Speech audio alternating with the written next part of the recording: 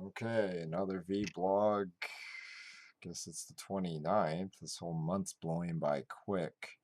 Good projects and bad projects. First off, I was hoping to get to Florida, but it's not happening. And by the time it happens again, I don't know. Work's complaining about the trips last year, and I've got a lot of expense to figure out last year. So I'm going to push that off by a day because it's not important right now. I've been publishing a lot of stuff on GitHub. I am surprised at this AI coding. I'm jumped through 5 different languages already. I haven't even tried Xcode, but I got Grok to actually make me a little Mac game on a Mac, so that was pretty fast. I blew through so many tokens, but they have a deal on their super heavy, so I'll try out their super heavy. I was able to push ahead on another project. Got a working demo. At least I think it works. There's some crashing issues, but it could be because of the limitations of those RCA cheapy laptops. But then again, it's running open source software, running Python with Qt and all that fun stuff. I don't know, maybe it'll perform better if you can compile it to a binary. I don't know how to do that, but I didn't ask the right questions. So I just released a working SLS camera. It's open source. You can check my GitHub, which is tmdrake on their repo. And I'm going back to the Windows app. I know it's outdated. I know it was made with Connects 1.8. There was a lot of stuff going on last decade about this. And okay, I decided to make myself an SLS camera under $100. Bought a 50, I think 50, $60 tablet at the time. Saw some of those Connects cam at the local thrift store, tore them apart. I think I still got maybe 2 left in stock. So I picked them up cheap when they're about $10 or $15. They may have gone up in price. There's, I think, Connects 2 now, so I've seen ways of using that. But the original Connects cam is a little bit heavy, and biggest complaint is that the all-in-one units are kind of heavy because of the bigger batteries. I haven't done the electrical specifications. It's actually in the to-do in the open source one to build an Arduino power controller that'll measure the power inputs and outputs, so that way I don't need to put a big battery that doesn't match it.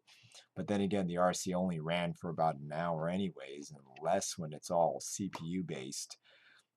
So I had Grok do some research, and on even on the Windows version with the proper drivers isolating the DLLs.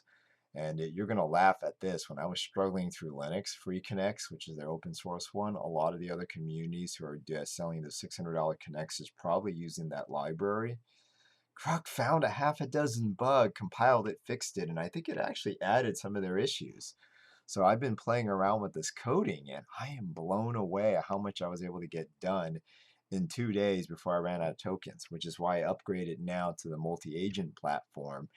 And even when it's knocking out like what would take me a month of coding to troubleshoot, it did it, blew around it, and then, or if not, I'll stop and say and refactor the goal. And I guess there's different terminologies, but it's trying to describe something. So you have to make sure to tell the system prompt what you're trying to do so it'll register itself and the LMs will process more of an engineering.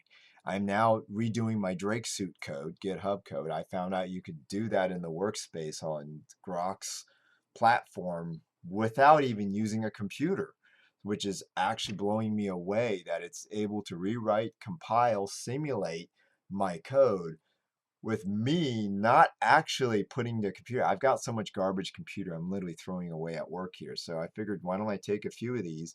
If it blows up a computer, just pull the power or reboot it. So that's why I've been doing some development.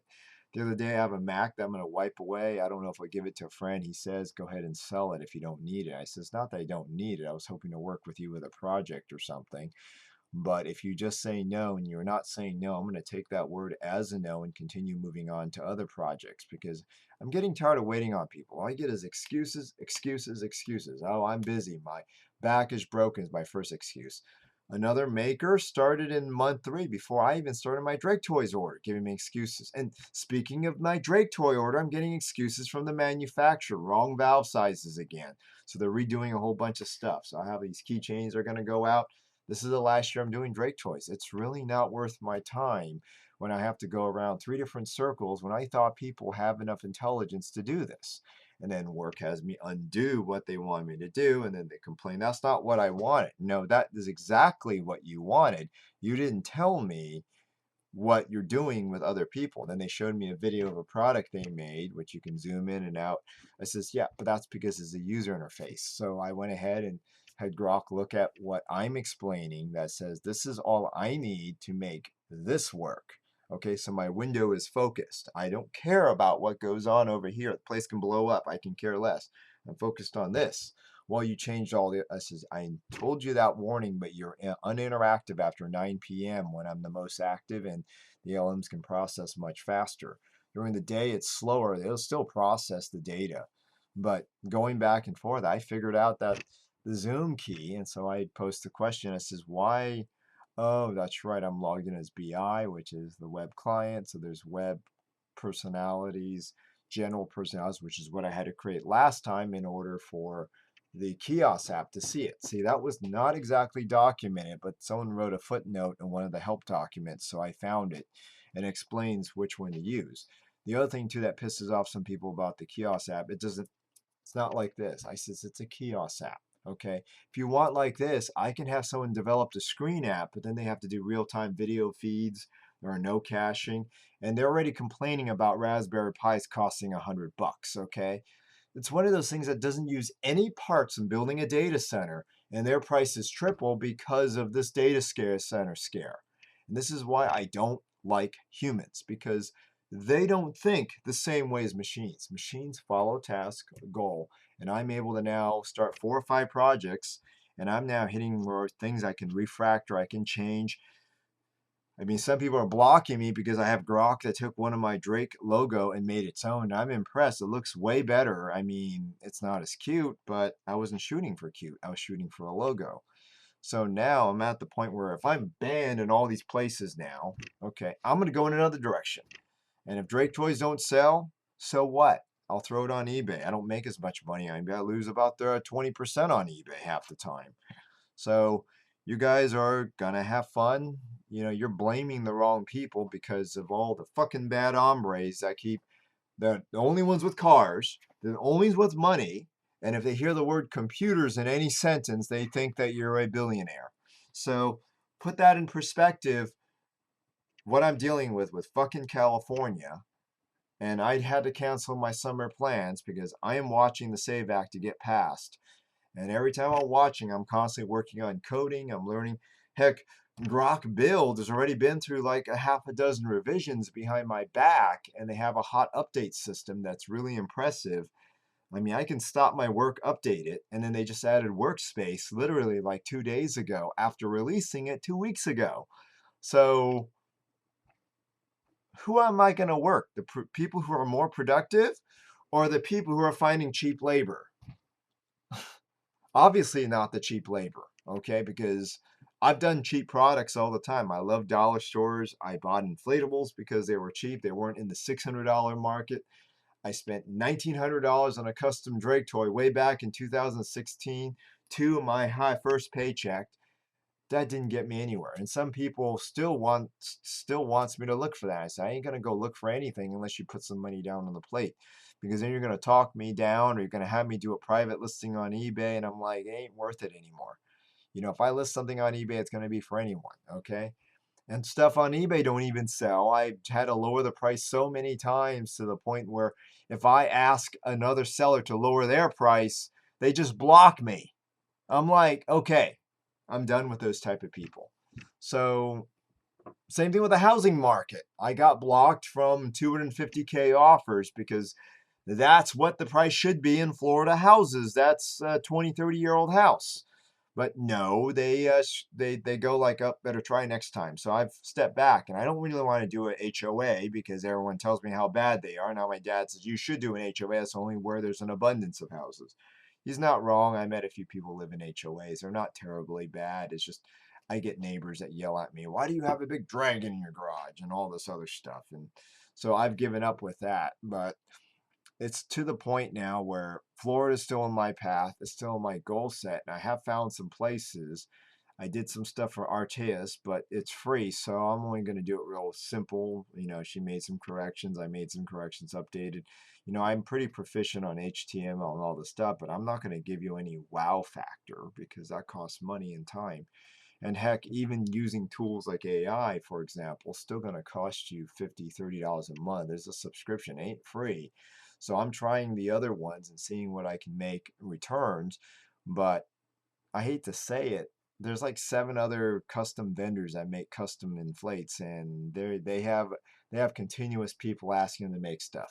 No one's asking me to make stuff. I'm doing this on my own, and this is probably the last year I'm doing it because it's not getting me anywhere. It's eating up more of my time. I have no storage facility, and I'm stuck in fucking California. So I was hoping this would take off to the point where I can move to Florida with that business. But that's not taking off. So I'm going to move to something else. Just remember, you guys in this community are the ones who are the cause of these issues because I don't have time or the place to deal with this anymore. I spend for 20 hours on the road a week. So hopefully I'll have some fun this weekend because I have someone that has one of those COVID imaging robots, and I'm kind of curious to see if Grok can get into ADB somehow. I might figure out how to hack it in. I don't know if ADB does even require authentication. So I made some custom cables. I brought some stuff. Hopefully I can rig something up. I'm going to try to get there Friday night, chat with them, maybe be at the hotel, and then Saturday morning get there really early if I can, and maybe tear the thing apart one more time to see if I can get the laptop to do something fun with it. If I can get into the ADB shell, you can make it do just about what you want because now you have a way to debug. Without debug, like on some of my SLS stuff, it's a lot harder to debug to figure out what broke, what didn't broke, check system logs, event logs, and all that stuff. And that's also a lot of work on its own. That's why I kind of enlisted the help of an AI because especially running on Linux, which was my first build, that's really unknown territory. I know how to set up scripts, troubleshoot it, but the jump between Bash to Python to another language eats up a lot of resource in my brain.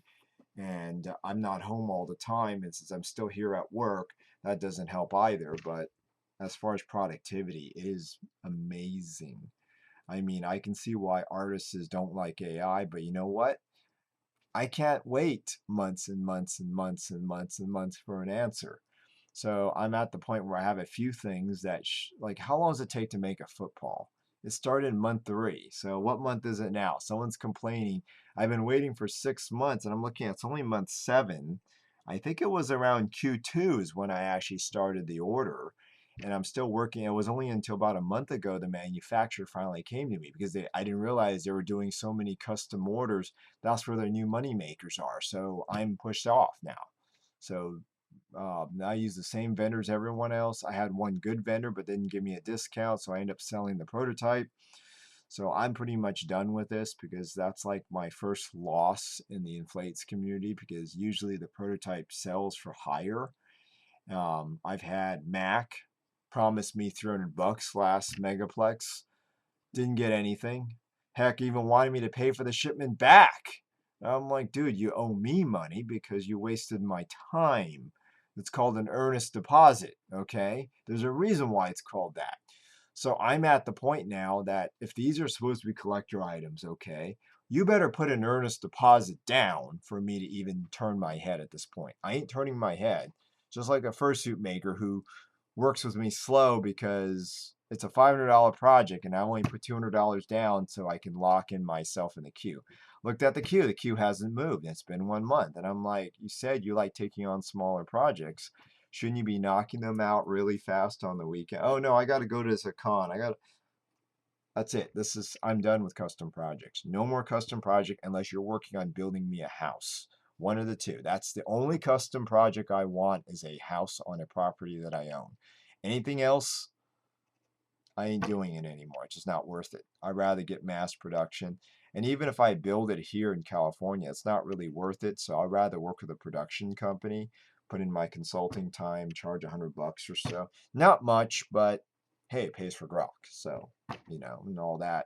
Because if I buy resources that allow me to do more, it's kind of like modernization. The point of that is we still like to do the old stuff. Don't get me wrong. I mean, I used to go to Renaissance Fair. I just can't do it anymore because I'm bored. I go there, nothing to do but spend money.